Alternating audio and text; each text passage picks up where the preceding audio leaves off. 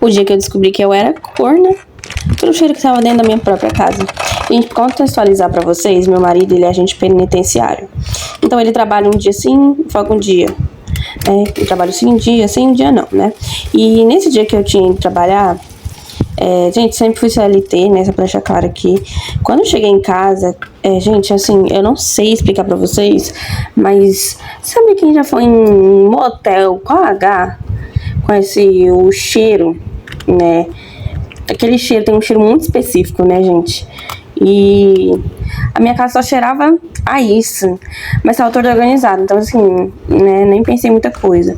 Primeiro ele tava lá no quarto assistindo TV, né, a gente se abraçou, se beijou, e eu senti mas eu tava com aquele cheiro impregnado por toda a casa. E eu, como uma boa maluca, doida, desconfiada, fui olhar se tinha um fio de cabelo no chão, alguma coisa assim, gente, mas assim, não tinha nada. Não, assim, não falei nada pra ele no momento, né, mas a pulga atrás da orelha fica, a gente sabe, gente, né.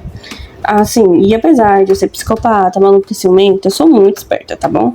Na minha casa, por causa do meu marido ser agente penitenciário, sempre tivemos câmera, né? Por causa da questão de segurança mesmo, né? Então, só que eu nunca tive acesso às câmeras, porque todo o acesso delas era pelo celular dele, né? E eu fui tentar mexer no celular dele depois que ele tinha dormido nesse mesmo dia. E não achei nada, gente. Eu sempre mexi no celular dele e nunca desconfiei de nada. Nunca achei nada, né? Então, eu fui olhar peguei o celular e fui acessar a câmera dele, gente. E simplesmente as câmeras naqueles dias, especificamente naquele dia, não gravaram nada. Nada, só depois que eu cheguei em casa e ele tinha apagado, né? Só que eu precisava de prova, né? Então, assim, no outro dia ele foi trabalhar normalmente, né? Gente, pra quem sabe, pra ter acesso a essas câmeras, tem que ela tem um QR Codezinho pra gente escanear no outro celular da casa, né?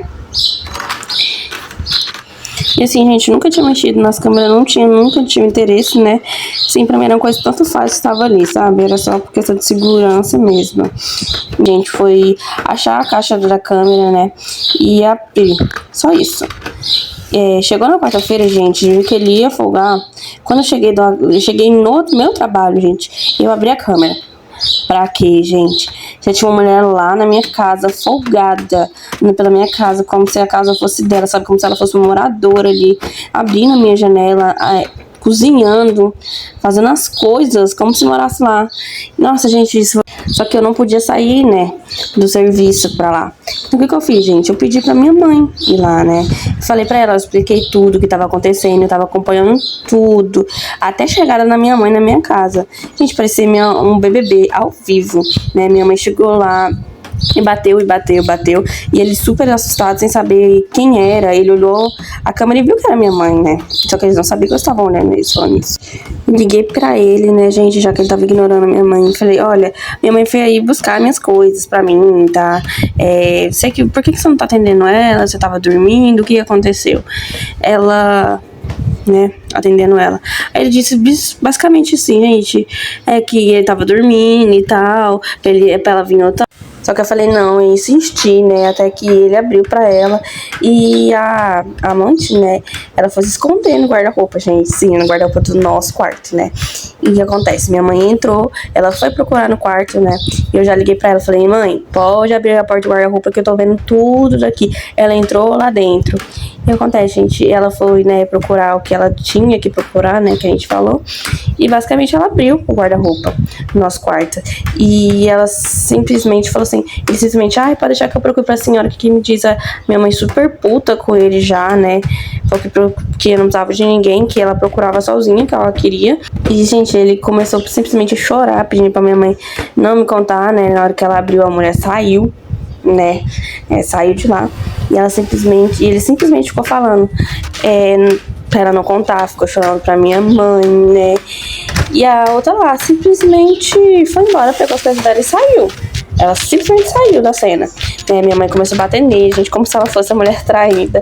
E assim, ele implorando pra minha mãe não contar pra mim, né? Sendo que eu já sabia de tudo, né, querido? E assim, cheguei em casa e já não conseguia olhar na cara dele. Fiquei tão puta, né? Mas eu era tão boba, tão besta com esse casamento, E ainda perdoei ele, gente. Sim, gente, eu perdoei, vocês acreditam? Mas assim, passou uns 3, 4 dias com ele e eu não conseguia olhar ele, gente, não conseguia olhar da mesma forma. Nem na cara dele conseguia olhar. Então, assim, falei que não dava, né? Que realmente eu amava ele, mas não conseguia ficar com ele, né? Ele chorou, se ajoelhou. Eu não quis, falei que não ia voltar, gente, porque eu falei que ele já tava ceboso, que ele deixou outra mulher sentar nele. Isso aqui, né, gente? Mas eu fiquei muito mexida nessa época. E assim, depois de um tempo, gente, ele assumiu ela. Então eu percebi que quem tava atrapalhando o relacionamento deles era eu. Gente, fiquem pra mais histórias. Sigam a gente, curte, comenta e compartilha.